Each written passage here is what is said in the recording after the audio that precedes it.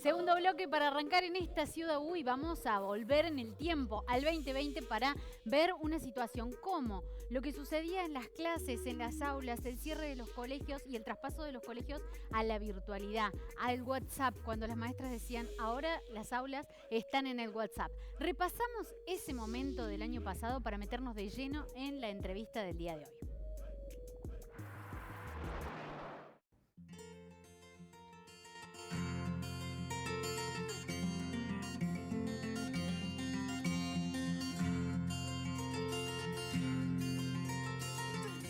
Estos son los cuadernillos de Nación que los hemos recolectado, los hemos adaptado, le pusimos nombre, ¿ves? Algunos le sacamos la tapa, les pusimos nombre y tienen adentro, les hemos sacado otras fotocopias, que incluso ni teníamos plata para comprar hojas. Pero bueno, recolectamos hojas, cada una las puso. Para que yo entienda y los que nos estamos ahora enterando con la nota, ustedes, Karina, cada docente fue adaptando cada cuadernillo. Cada cuadernillo para cada chico. La escuela está ahora en el WhatsApp, ahora está en la videollamada, en los chicos que pueden, porque el problema también es ese, que no todos los chicos tienen conectividad. Necesitamos internet en el barrio, pero ese internet que lo puedan manejar todos. Hay días de mucha angustia por esto de que te digo, de que no, los chicos se van de los grupos, los padres les colapsa el celular, se les rompe y no pueden estar. Las señas hay que contenerlas un montón porque hay muchas que son sostén de familia, los maridos han quedado sin trabajo y tenés que tratar de estar con la mejor sonrisa y decir, no, está todo bien, va a estar todo bien, porque si no, si nos ponemos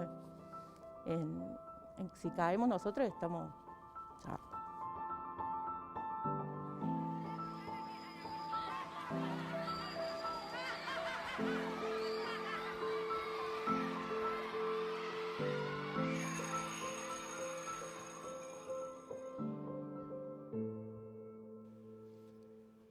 Bueno, nos servía este material que veíamos, Coti, con estos testimonios de las docentes. Primero, cuando hablaban de que la escuela está en el WhatsApp, que si bien ahora hay una semana presencial y otra virtual, sigue estando el refuerzo. ¿No? Y también para recordar que las clases, o que la escuela no es que cerró, sino que la escuela quedó ahí con el acompañamiento virtual. Claro, cambió lo que se tiene que ver la relación establecimiento educativo, docentes, con los y las estudiantes. Vamos a convocar para charlar sobre esto a Guido Neidhofer, que es investigador del ZEW, que ha trabajado justamente en un estudio, quiero decir bien el nombre, y lo voy a leer porque si uno por ahí repite cosas y no tiene bien claro, comete un error. Entonces él trabajó en este estudio que es la transmisión intergeneracional de las consecuencias del encierro, ¿no? Y un estudio para toda América Latina, y tiene que ver con esto, con lo que pasa con la educación en pandemia. Guido, ¿cómo estás? Buenas tardes, saluda a Miguel y Coti aquí en Ciudad U. Hola, Guido. Hola, ¿qué tal? Muchas gracias por la invitación. Bueno, Guido, viendo lo que nosotros teníamos este extracto que trabajamos y que realizamos en una de las escuelas de un barrio de Córdoba, te traslado la pregunta, ¿la pandemia va a dejar consecuencias que se pueden trasladar en mayor desigualdad hacia adentro del sistema educativo entre aquellos que tienen posibilidades de concurrir a las aulas o incluso tener una escuela que brinda las posibilidades de tener una educación virtual y aquellos que no? ¿Eso se puede determinar ya ahora? Sí, gracias. Sí, es muy probable. Sabemos de la literatura económica, sociológica o en general de educativa, que se ocupa, por ejemplo, de medir el impacto de las vacaciones de verano en el aprendizaje de los niños. Y sabemos que los niños de familias vulnerables, donde los padres no pueden ayudar tanto en los deberes, en el aprendizaje, que esas familias y que esos niños tienen luego a veces problemas a reinsertarse en la escuela. Y entonces, basándonos en eso, en esos hallazgos que sabemos de estudios pasados, hemos tratado de hacer una proyección del impacto que podría tener y que va a tener el COVID, la situación, la pandemia, en el aprendizaje de los niños y sobre todo en los niños de familias más vulnerables. Guido, ¿cuál es la idea, digamos, en cuanto nosotros recién mencionábamos? Las escuelas no han cerrado, hicieron su acompañamiento el año pasado a través, como lo referenciamos recién, entre el WhatsApp. También el año pasado aquí en Ciudad U hablamos de quienes acompañaban a través de la radio. cierta cantidad de gente siguió acompañada, pero también el problema de la conectividad o del internet y la desigualdad en la conectividad hace que otros alumnos tal vez hayan desconectado del colegio. ¿Eso ustedes ya tienen una medición de cuál fue el impacto o cuál sería el impacto intergeneracional? Sí, sabemos que eso es un problema, sabemos que en todos los países de Latinoamérica, en algunos más y en algunos menos, hay una gran desigualdad en la conexión a Internet en los países, mirando sobre todo al estatus socioeconómico de la familia y las posibilidades que las familias tienen de tener conexión a Internet. Sabemos también que los distintos países en Latinoamérica han hecho diferentes esfuerzos para digamos, para ocuparse de dar la posibilidad de ofrecer un aprendizaje online o con cuadernillos y WhatsApp y lo que hemos visto.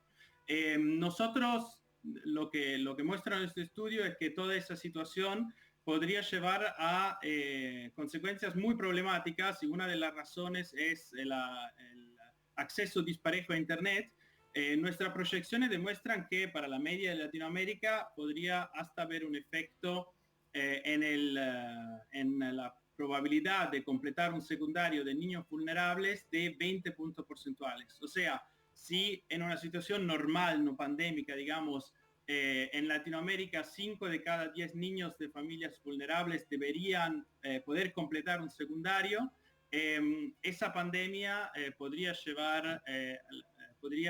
hacer que solo 3 de cada 10 familias, 3 niños de 10 de familias vulnerables puedan terminar un secundario. Y eso significa, para Latinoamérica, volver atrás a la década de los 60, cuando eran esas las estadísticas, y que han mejorado muchísimo a lo largo de los años, pero esa situación podría ser muy preocupante por varias razones, y una de ellas es el acceso disparejo a los recursos de aprendizaje online y offline, y diferentes esfuerzos de los sistemas educativos, y obviamente la capacidad de las familias de ayudar a los niños en esa situación.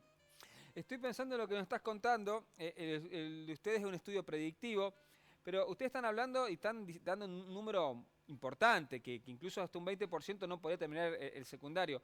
Vayamos un poco al fondo y hacia adentro de cómo va a impactar entonces en esa franja de población el no tener esta continuidad educativa, de acuerdo a lo que ustedes fueron viendo. Contanos un poquito qué es lo que más se empieza a notar justamente hacia adentro de estas consecuencias que vamos a ver, de acuerdo a lo que ustedes dicen, en los próximos años.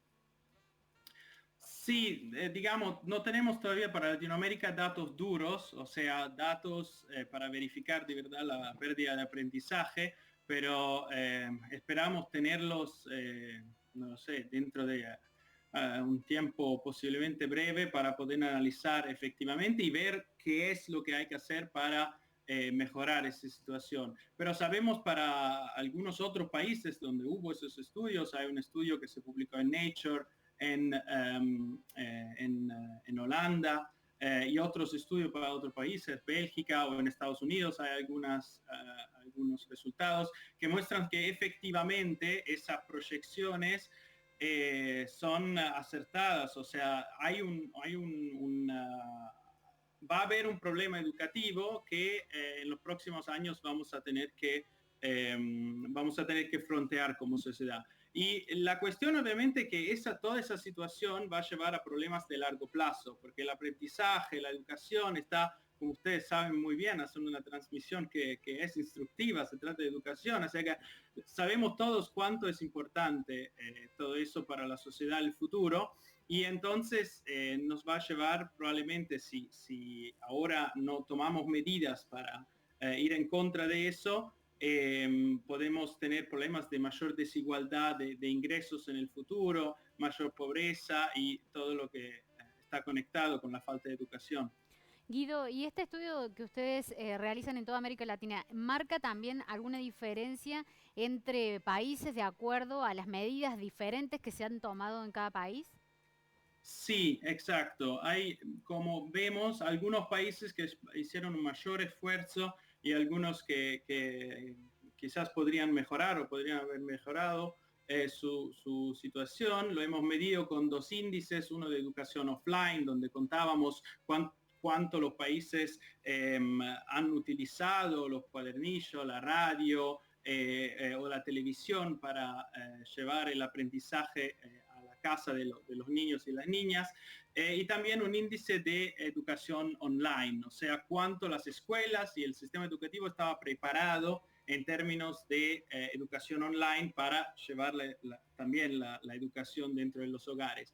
Pero en el caso de la educación online estamos de nuevo al comienzo, o sea, al punto que discutíamos al comienzo de esa charla, el hecho de que la conectividad todavía no es perfecta, es a niveles que lamentablemente no dan la posibilidad de que se pueda recurrir completamente a la educación online, por lo menos en Latinoamérica, en todos los países, y es lo que veíamos también en el servicio, en el video que mostraron ustedes hace un momento.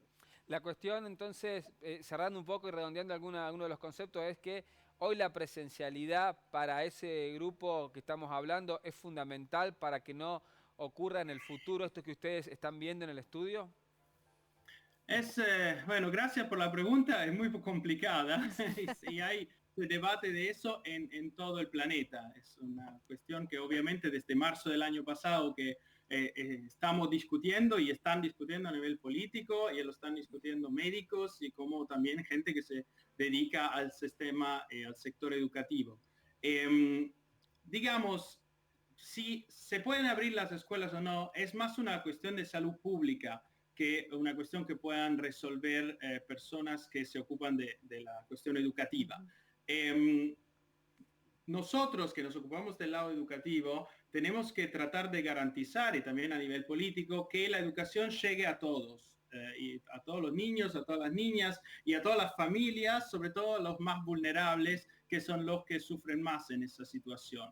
Si va a ser a escuelas abiertas, muy bien, porque significa que va a ser seguro, porque confiamos en los que nos dicen que va a ser seguro abrir las escuelas, cuándo va a ser seguro. Si va a ser dentro de las escuelas, perfecto. Si va a tener que ser afuera de las escuelas, dentro de los hogares, vamos a tener que pensarlo muy bien y invertir recursos para que eso pase y para que eso sea posible.